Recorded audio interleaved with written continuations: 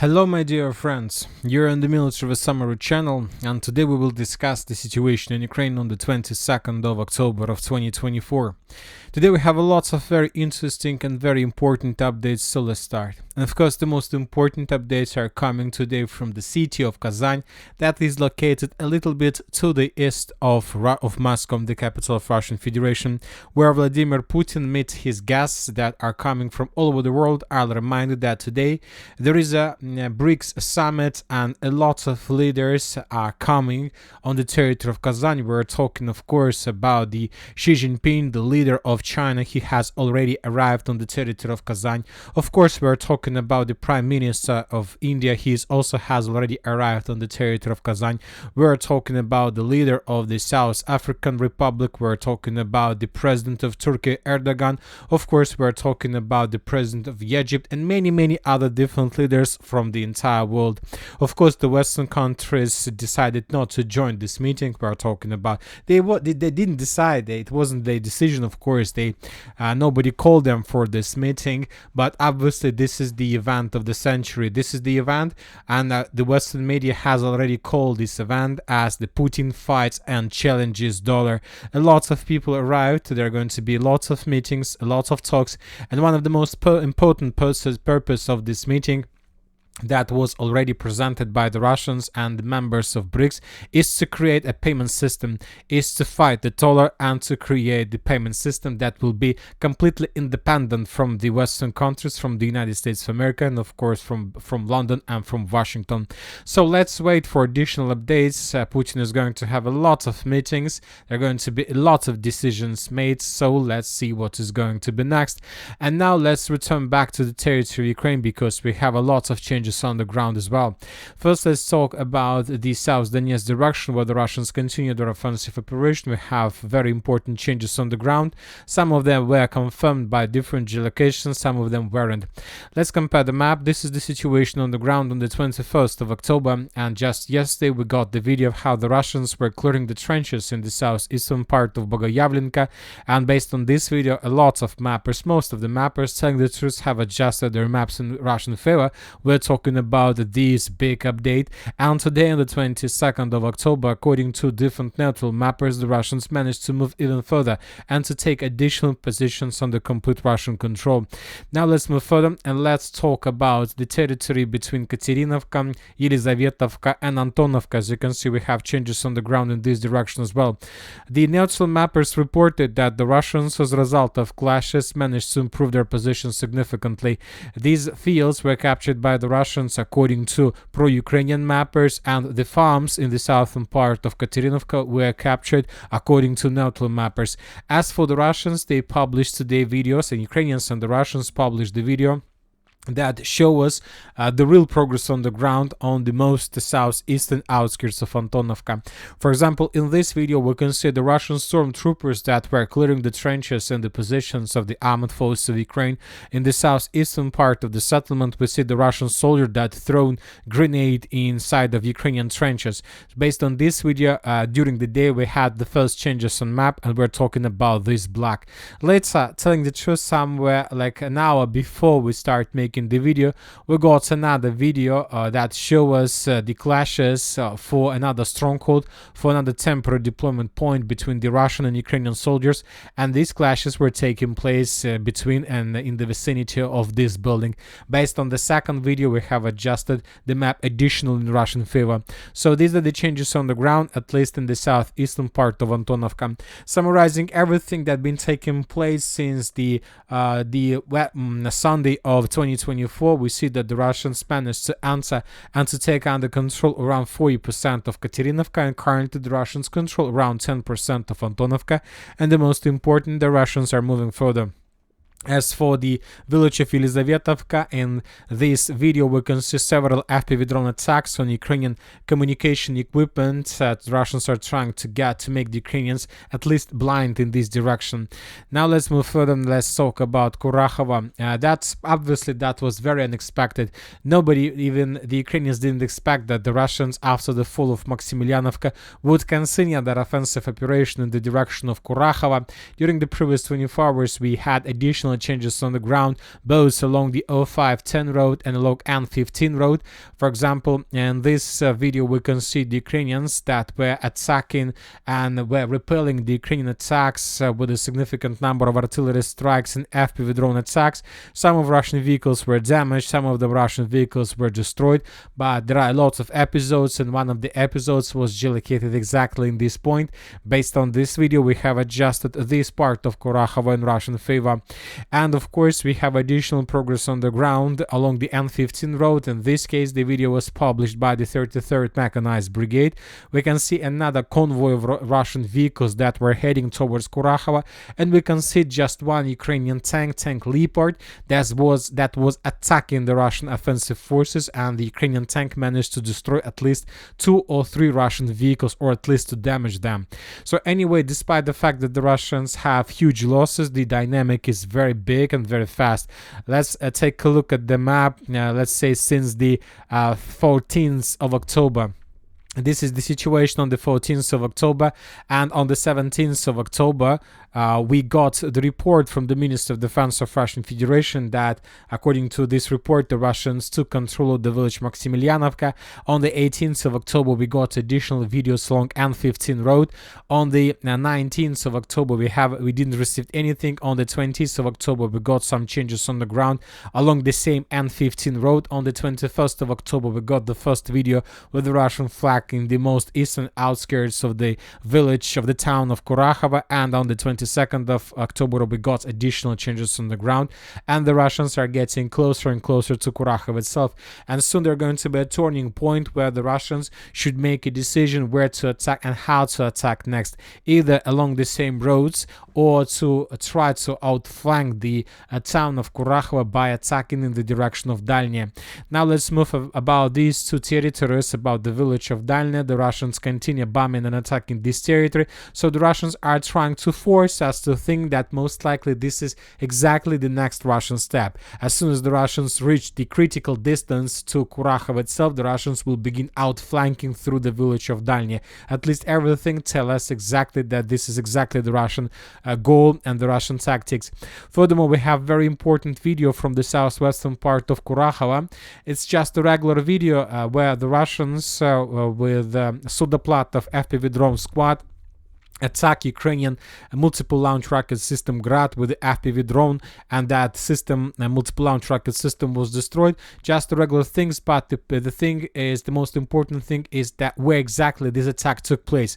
This attack, as you can see, took place very far from the line of combat contact. So this video first of all confirms that the Russians managed to establish complete FPV drone control over the positions to the west of Kurakhove. The current distance between this area of where Russians were attacking the Ukrainian forces and the edge Russian positions in Maximilianovka is around 12 kilometers, which is obviously the significant distance.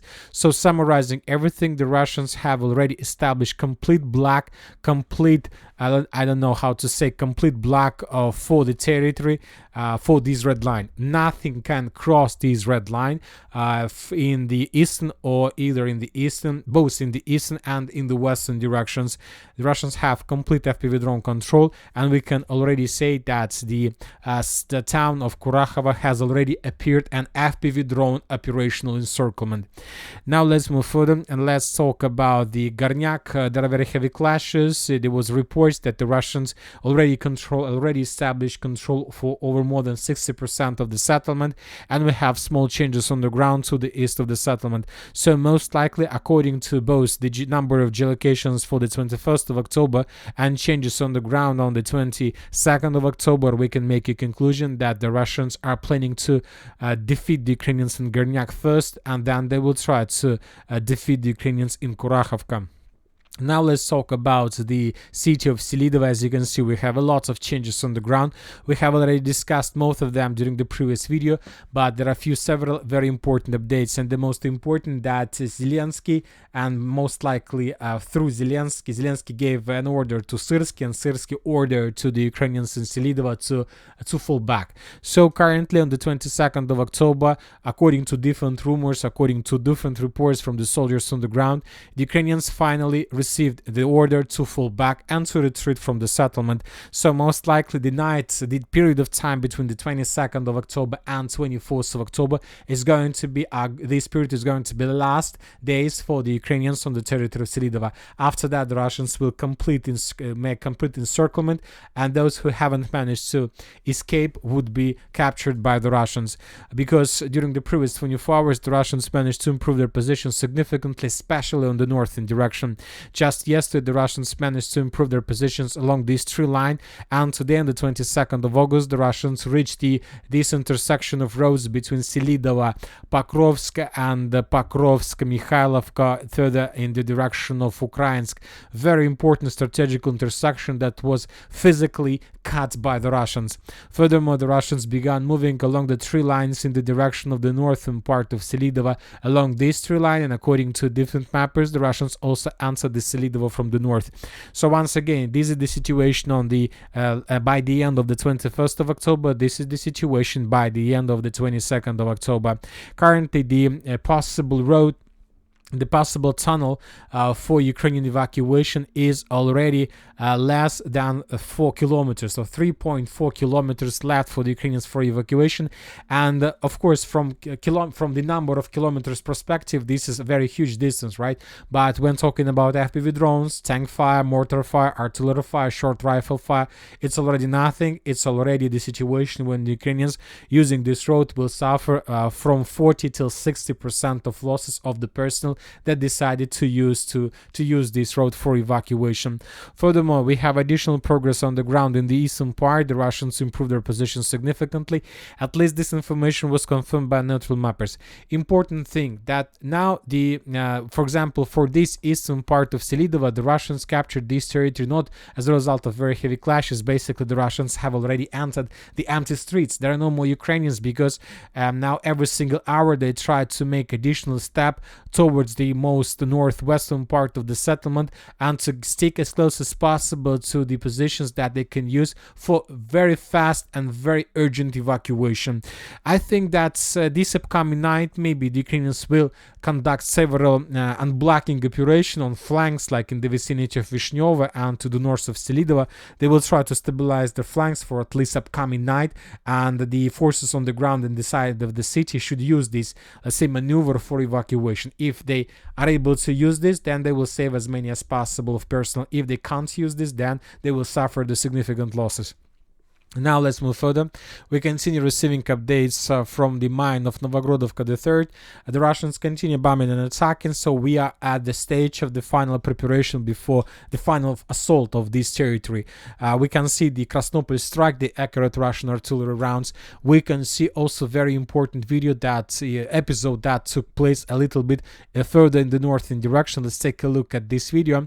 This is very important video because the Ukrainians on the territory of mine requested for additional evacuation or additional reinforcement, and the Ukrainians, I don't know why, but they sent a significant number of armored vehicles, tanks and personal carriers that were ambushed by the Russians and destroyed. So we can see a small cemetery right to the north of the mine. So most likely the Ukrainians on the mine who were expecting for additional reinforcement will not see anything, and this will speed up the process of complete collapse of the lines in this area.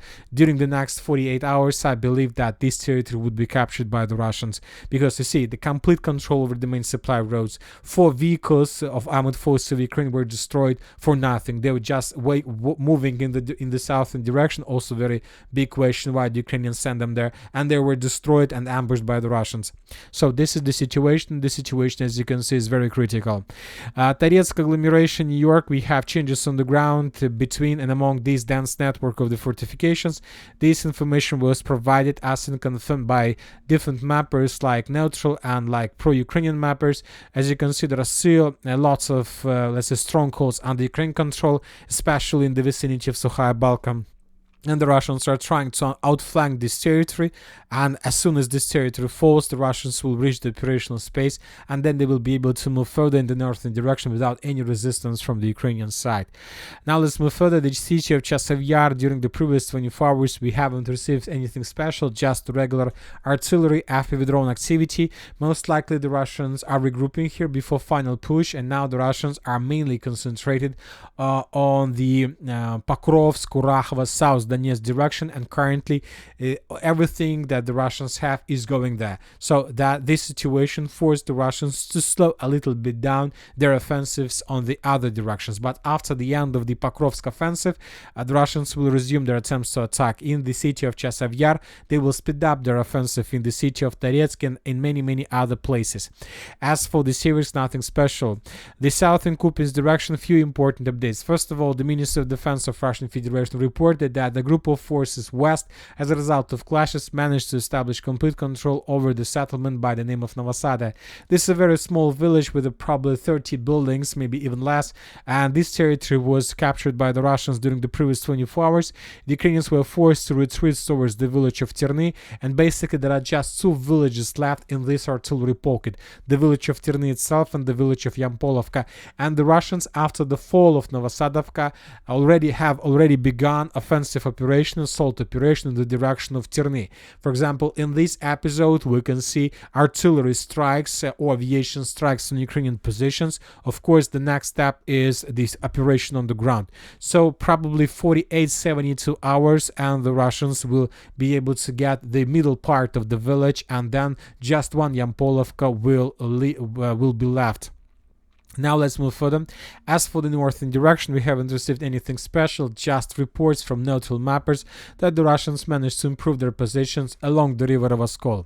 So this is the situation here. Now let's move to the Sudzha direction, because we are receiving very interesting videos and very interesting details from the line between Sumy and Sudzha. First, let's talk about the city of Sumy, and telling the truth, I continue being shocked by the videos that we can see in the Ukrainian segment of Telegram.